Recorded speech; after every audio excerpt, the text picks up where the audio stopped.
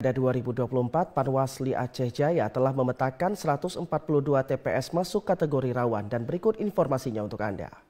Panwasli Aceh Jaya telah memetakan lokasi tempat pemungutan surat suara atau TPS masuk kategori rawan dari 207 TPS yang ada di Aceh Jaya.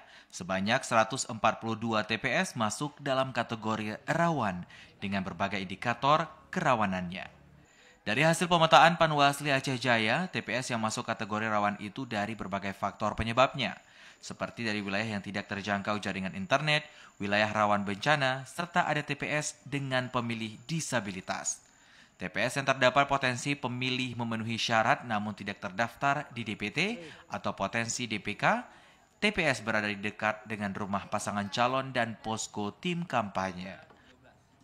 Koordinator Divisi Penanganan Pelanggaran Data dan Informasi Panwasli Aceh Jaya, Arif Hidayat, mengatakan pemetaan itu dilakukan supaya lebih waspada dilakukan kecurangan dan berbagai hal lainnya yang dapat mencederakan pesta demokrasi pilkada yang berlangsung di Aceh Jaya, baik pemilihan bupati dan wakil bupati, gubernur dan wakil gubernur yang aman dan berjalan dengan baik. Hasil pemantauan kita memang ada 142 TPS yang kita kategorikan masuk ke dalam rawan dari 207 TPS yang ada di Aceh Jaya.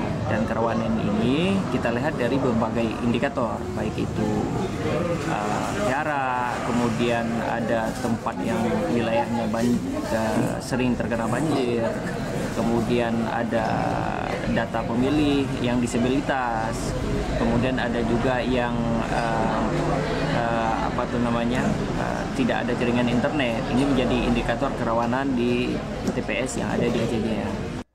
Panwasli setempat mengharapkan adanya partisipasi semua pihak termasuk masyarakat untuk melakukan pengawasan dan jika ditemukan ada indikasi pelanggaran segera laporkan ke pihak pengawas pilkada baik yang ada di desa, kecamatan maupun kabupaten demi terciptanya pilkada yang aman, bersih, jujur dan adil. Dari Aceh Jaya, Musliadi TVRI melaporkan.